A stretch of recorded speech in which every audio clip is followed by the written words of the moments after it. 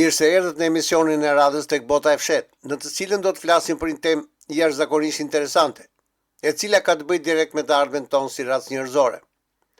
Si fillim do të prek pak problemin e luftës me Iranin, por nuk do të merr me të dhënat hollësishme, të cilat ka më se një javë që i kam mbledhur, por më duket se edhe unë rash në kurthin e elitës, duke harruar kuadrin e gjerë, apo pamjen gjithëpërfshirëse, e cila të mundson një gjykim logjik të ngjarjeve. Kam një ndjesi që po zbatohet në praktik teoria e kaosit, që në fund do të ta çojë drejt agjendës 2030, zhdukjen e paras letër nga tregu dhe transhumanizmin si qëllim kryesor. Në përgjithësi ne merremi se kush u vra dhe kush u shkatrua, kush është më i fortë dhe kush do ta fitojë luftën. Por kë luftë? Për Ukrainën nuk flitet më. Është histori e mbyllur. Është një marrëveshje dhjetorit të 1989-s, e quajtur Samiti i Maltës, midis George Herbert Walker Bush dhe Mikhail Gorbachevit, në anijen ruse Maxim Gorki. Pjesa tjetër e bisedimeve u mbajt në anijen amerikane USS Belknap. Zyrtarisht nuk u nënshkrua si traktat formal, po përse u takuan çunat për të pirë kafe. U nënshkrua në heshtje një marrëveshje prej 700 faqesh, në të cilën ishte e shkruar e zeza mbi të bardhë për ngjarje që do të pasonin. Anglezët u përfaqësuan nga Bushi. Këtë marrëveshje e kishin në dorë në dhjetor të 1989-s Miloševići, njeriu i Rockefellerëve në Beograd, i cili doli nga hiqi dhe pastaj bëri atë që i thanë të bënte. Duke qenë se zbatoi agjendën që i dhanë, ai nuk vdiq në 2006, siç na thanë në Hag, sepse nuk mund të vdiste se që e njeriu tyre, por ka vdekur në 2011 në Moskë. Epstein nuk u varë në qeli, por vazhdon të jetojë në Izrael, sepse që njeriu që shantazhoi gjithë elitën botërore. Në marrëveshje shkruhet qartë se Jugoslavia do të ndajë ashtu edhe siç ndodhi, por do të kishte luftë me Kroacinë dhe pastaj me Kosovën, të cilat në fund do të ndashin dhe plani i tyre që të krijonin Shqipërinë e Madhe. Ukraina gjithashtu do të ndajë dhe Rusia do të vinte deri në Dnepër, duke marrë dhe Odesën. Pra, lufta e Ukrainës është e planifikuar që në 1989 dhe jo rastësisht Ukraina, Kosova dhe Bosnia kanë ngjyra të njëjta në flamur. Botën, të ndashur ndjekës, e komandon vetëm një dorë, të pasurit, apo sido që t'i quajmë, dhe kjo nuk ka ndryshuar edhe sot e kësaj dite. Mos harroni kur një gjë. Kjo është një agjenda aliene dhe njerëzit që na komandojnë janë shërbim të tyre dhe jo të gjithë ata janë njerëzor. Por kjo është një temë pak sa e vështirë për të kuptuar. E përmenda këtë sepse ka lidhje me temën e sotme. Lufta në Gaza nuk përmendet fare, sepse aty vriten njerëz dhe kjo nuk ka fare rëndësi për elitën, qoftë ky Putini, kinezi Si, apo karagjozi radhës Donald Trump. Lufta e Iranit po më duket njësoj. E keni vënë se nuk flet më asnjë për Venezuelën. Çfarë bëri prestigjitatori Trump pas Venezuelës? Filloi të na marrë mendje me Groenlandën dhe papritur godet Iranin. Thjesht teoria e kaosit. Por nuk është kaos pa rregulla, por kaos me rregulla të fshehta. Trump del me patrupsi dhe deklaron se do t'i japë edhe 48 orë Iranit përpara se të godas objektet energjetike civile. Del prapë të nesme dhe deklaron pa ju dridhur uqimet si kasht që ka dhe deklaron se do t'i japë 5 ditë armpushim Iranit, ndërkohë që ato 5 ditë i duhen për vete. 15 minuta para kësaj deklarate, dikush në bursë luan me $500 milion për uljen e çmimit të naftës. Të nesme çmimi i naftës ul vërtet nga deklarata. Jetët njerëzore nuk i interesojnë asnjërit. I interesojnë vetëm fitimet materiale. Dhe le të vim tani tek tema jone sotme. Në vitin 1994 doli filmi i quajtur Roswell për qenien jashtëtoksore që mbijetoi në rrëzimin në Roswell, temë të cilën e kemi diskutuar në kanal. Që nga ajo kohë më vonë, kemi patur dëshmi të ndryshme të dëshmitarëve okular, shumë prej të cilëve kanë humbur dhe jetën, pavarësisht se vitet e fundit kemi dëgjesa serioze në Senat, nga shumë dëshmitar serioz, dëgjesa për të cilat Trump vazhdon të heshtë. Jo se nuk ka patur eliminime dëshmitarësh gjatë 2 viteve të fundit, përkundrazi, para disa muajsh zhdukur një general, person ky në këtë fushë, por do të merrem një herë tjetër me këtë temë. Kam përmendur shpesh ngjarje që do të vinë në 2027 dhe nuk e di nëse keni qenë të vëmendshëm. Sot do të flasim pikërisht për këtë temë, po kësaj radhe nga një i brendshëm evropian, i cili ka dhënë një briefing me entitet të quajtur NH7. Ky entitet i ka thënë se raca e tyre që mbron këtë planet në bazë të marrëveshjes do të largohet nga planeti në 2027 dhe planeti do të jetë i pambrojtur nga ardha e llojeve të ndryshme jashtësorës që planifikojnë të vendosen në planet. Duket si e çuditshme, por duroni pak se tema bëhet çmendurim vete. Ka lloje të ndryshme fishkëllyesish, si ata në Pentagon, ashtu dhe një grup tjetër që nuk duhet të ndalin publik, por gjen një mënyrë për të bërë publike tema të tilla. Natyrisht që nuk ekzistojnë prova 100% autentike, aq për shumë se këto të dhëna dolën në Channel 4. Natyrisht që nuk është e kollajt se ajo është tema të tilla, se pikë së pari duhet të kesh një imagjinat të shmandur, të njohësh tematikën, të kesh nerva për mashtrim e kështu me radhë. Personin fjalë për cilin do të flasim sot ka qenë i sëmurë në prag vdekje dhe ka punuar në një bazë nënujore në Atlantik, e cila ka shërbyer si bazë për mbrojtjen e planetit Tokë. Jo domosdoshmërisht duhet besoni historinë e sotme të këtij dëshmitari, por çuditërisht përputhet me historinë e fishkëllyesve në Pentagon. Një nga fishkëllyesit që unë e kam përmendur në kanalin është Matthew Brown, i cili në komentet e tij konfirmon historinë e 4 Channel. Gjithashtu dhe kongresmeni Tim Burchett, një nga senatorët e Komisionit Dëgjues në Senat, thotë se ka burime të cilat konfirmojnë historinë që do të dëgjoni sot. Personi në fjalë thotë se ka 3 diploma dhe është i specializuar në algoritme dizajni dhe se ka punuar në objekte fluturuese që shfrytëzojnë energjinë e quajtur zero point energy, energjia falas e Teslës, për një shtet në Europë. NH7 do të thotë entitet jo njerëzor, dhe kjo qenie ka dhënë një briefing ku ka qenë prezent edhe personi në fjalë. Sipas këtij entiteti, Toka ka qenë gjithmonë fushë betejë e racave të ndryshme ashtoksorës që vinin në planet për shfrytëzimin e mineraleve të ndryshme, si dhe për kërkime gjenetike. Disa prej tyre kanë qenë pozitiv në kuptimin ton, por disa të tjerë jo. Në një moment të historisë tonë dhe me shumë gjasa në shekullin 16, ju kujtohet besoj lufta mbi qiujt në Nurembergut, për cilën kemi folur. Në Tokë vjen një rast pozitive, e cila i zhdukur racat negative, të cilat 10 mijëra vjet me radhë kishin ushtruar diktatin e tyre në Tokë. Kjo racë e re për cilën fishkëllyesi nuk përmend emrin, merr kontrollin e planetit dhe mbrojtjen e tij, duke vendosur në shumë vende njëkohësisht në planet, disa prej cilave në ndet. Kjo racë mbron planetin nga racat e tjera, por edhe nga vetë raca jonë, e cila është kthyer në një racë destruktive, që në momentin që prodhoi bombën atomike. Personalisht di shumë raste që disje fluturuese kanë qëndruar mbi baza ushtarake dhe kanë fikur kokat bërthamore, duke qenë se po mbarojnë burimet lokale për këto objekte, jo vetëm në Tokë. Nuk po mundet të krijojnë me avatar për të zvogëluar numrin e robotëve të tyre autonom për të vazhduar me punën. Te këto objekte krijojnë UFO dhe objekte fluturuese të tjera për mbrojtje, vëzhgim dhe survejim.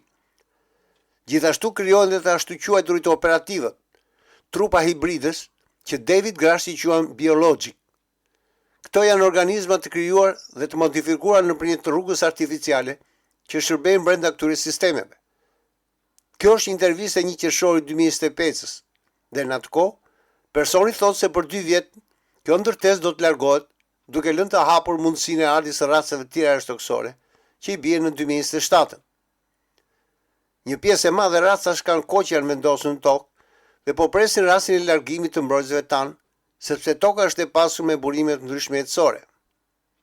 Thekson gjithashtu se një pjesë e racave negative mund të luajnë me fushat elektromagnetike të Tokës, duke shkaktuar kataklizma, për të cilave pjesa më e madhe jona nuk do të mund të mbijetojë.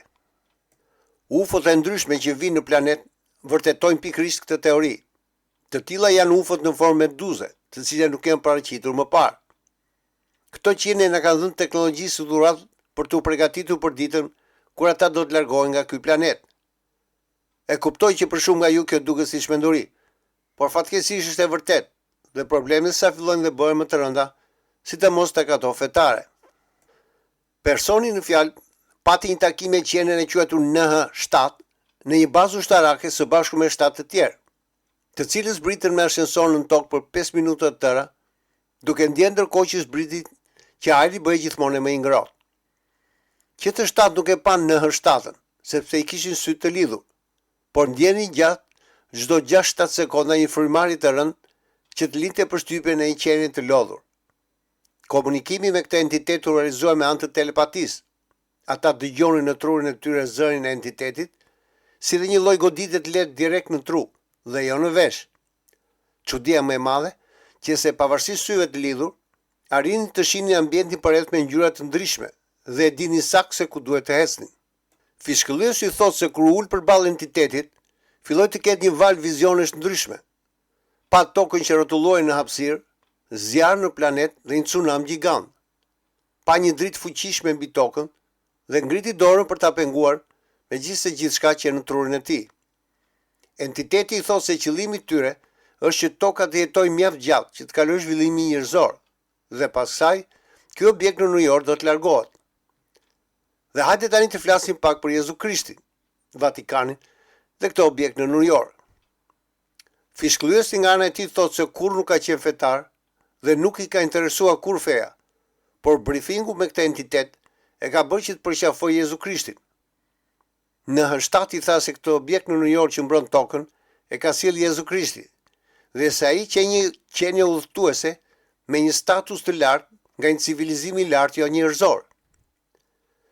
Ju kujtohet besoj emisioni para disa muajve me Michel Desmarquin, ku personi në fjalë u mor nga shtëpia e tij në Australi dhe u dërgua pikërisht në planetin e atyre qenieve ashtoksore, të cilat kishin zhvillimin e nëntë dhe më të lartë në planetin e tyre. Pas atij zhvillimi, nuk ka më anë materiale në univers, por vetëm energji. Që pikërisht kjo racë e zhvilluar, që kishte dërguar në tokë Jezu Krishtin, dhe si Jezu Krishtin kishte në ruajtje edhe 146 qenie të tjera për 147 planetët në total, që ndodhen në galaktikën tonë dhe janë në zhvillim e shkallës së parë, siç e quanin ata. Ja pra që temat konvergojnë me njëra tjetrën. Emisioni që folën për këtë temë quhet Profecia e Jauba. Vazhdoj me Jezu Krishtin, i cili vendosi shumë objekte mbrojtëse në planet. Civilizimet të lashta kanë ndëruar qenie bamirëse, të cilat më vonë Kisha Katolike i fshiu nga historia. Thuhet se Jezu Krishti do të shfaqet prapë për të mbrojtur planetin, kur objekti në New York të mbarojë funksionin e tij dhe planeti të hyjë në krizë. Në H7 i tha se Vatikani ka arkivën e plot që dokumenton gjithë historinë e feve të ndryshme në këtë planet. Mendoni tani për një moment se kjo që ju thash nuk është shmenduri dhe mund të jetë e vërteta e hidhur që na pret. Jezu Krishti është trembëruar në Bibël dhe është pikërisht ai autori i zhvillimit teknologjik në këtë planet. Si mund të besoj këtë një besimtar i thjeshtë që në jetën e tij ka besuar në mënyrë të verbër dogmat e feve? Pyetja që shtrohet në këtë rast është kjo: pse këto qenie të rriqen pikërisht tani dhe nuk kthehen për të plotësuar furnizime? Sipas disa burime që kam dëgjuar, thuhet se i kanë mbaruar marrëveshja e bërë me qenet e tjera më të larta në univers, siç janë mega federatat. Në qoftë se ata largohen dhe lën planetin pa mbrojtje, kush vjen? Sipas kësaj historie, nuk dihet se kush vjen dhe se sa vijnë, por midis tyre ka raca mjaft rrezikshme, të cilat ne na shohin si bubureca. Një pjesë e madhe këtyre të dhënave janë të vërteta, por nuk mund ta di me siguri për të gjitha. E gjitha ajo armatë njerëzish brenda këtyre programeve duhet të dinë diçka, sepse dhe kjo përpjekje e përgjithshme për bërjen publike të jetës jashtëtoksore në planet tregon se ka një tendencë të tillë të vërtetë. Përse një numër mjaft i madh të pasurësh bashkë me elitën brenda tyre ndërtojnë bunker në toksor për mbrojtje. Zonja Catherine Austin Fitz, e administratës Bush, 1989-90, deklaron se qeveria amerikane ka harxuar miliarda dhe miliarda dollar për ndërtimin e rrjetet të qyteteve në toksor për qeverinë dhe ushtrinë, në rast të një kataklizme të radhës. Nuk po flas këtu për baza si ajo Cheyenne Mountain Complex, por baza si qytete të shtrira në të gjithë botën, bile dhe poshtë në ujë. Dhe këtë nuk e them unë, por një grua që ka punuar në administratën Bush. Zonja vazhdon dhe thotë se nga 1998 deri në 2015 janë shpenzuar plot 21 miliard dollar taksat e amerikanëve për këtë temë. Në qoftë se keni qenë të vëmendshëm tek emisioni për Phil Schneiderin, zotëria kishte më se 30 vjet që bënte publike pikërisht këtë temë, dhe jo vetëm kaq, por vrau personalisht 2 jashtëtoksor, ndërkohë që qeveria amerikane heshti për konflikti me Grit në Dulce Baz në 1979, ku u vranë njerëzit e 6 forcat ushtrisë. Sipas Catherine Fitz, këto baza në toksore ndërtohen për të shpëtuar katastrofës së radhës, e cila mund të jetë natyrale dhe ciklike, apo katastrofe një forme tjetër. Fishkëllyesi ynë thot gjithashtu se ne kemi objekte fluturuese me teknologji ashtoksore, të cilat njerëzit më të fuqishëm të planetit mund t'i çojnë në një planet tjetër. Ja se çfarë shkruan. Disa elita që kanë akses tek objektet fluturuese mund të shkojnë të banojnë në planet të tjerë në sistemin tonë diellor, nëse do të kemi kataklizm globale, ndërkohë që në të tjerët na ruaj Zoti. Në kohën kur njerëzit jetonin së bashku me zotat e tyre, përsëri ka pasur konflikte midis zotave, konflikte në të cilat qenë përfshirë edhe njerëzit. Këto 5-6.000 vjetët e fundit, kemi jetuar relativisht në paqe, dhe askush nuk është ngatruar me zhvillimin tonë si racë njerëzore. Po sikur kësaj periudhe të ketë ardhur fundi, dhe në tokë të vi dikush si pronar i ri, apo qofte si një guvernator i ri me mandat shumë vjeçar. Të parët tanë i kanë nderuar këto qenie si zota, dhe këta nga ana e tyre kështu janë sjellë. Ne na kishin si kafshë shtëpiake, me të cilat mund të bënin çfarë të donin. Po sikur të mos vi vetëm një racë, por disa prej tyre dhe çështme e keqja, të mos merren vesh midis tyre. Ju kujtohet lufta në qiell mbi Nuremberg në 1566 apo në Basel të Zvicrës në 1561. Përse shohim gjithmonë më shumë ndrombi që qiejt tan për cilat asnjë nuk flet. Dikush vendos për ne. Është më mirë që të mos dim të vërtetën e thjesht dhe të jetojmë në një botë ku qëllimi kryesor është manipulimi. Mos ndoshta na duhet edhe pak kaos, sepse në pamje të parë duket si negativitet, por në fund asnjë nuk e di se çfarë mund sjell. Personalisht jam për kaosin dhe thënien e së vërtetës pas një zbukurim, sepse si fillim do të ketë probleme, por në fund gjithçka do të shkojë në vendin e vet. Çuditërisht, njerëzit që mbajnë frenet dhe në dorë nuk duan kaosu, por masat përkohshme. Megjithatë edhe ata sipas disa burimeve, ose do të thonë gjithçka të dinë, ose do të presin që në qiell tanë do shfaqen jashtë toksorët dhe do të plasë një panik i përgjithshëm. Sido që të jetë, derisa kjo të ngjas, ju do të vazhdoni të qëndroni tek bota e fshehtë për të rrjetet e fundit dhe deri atëherë mirupafshim.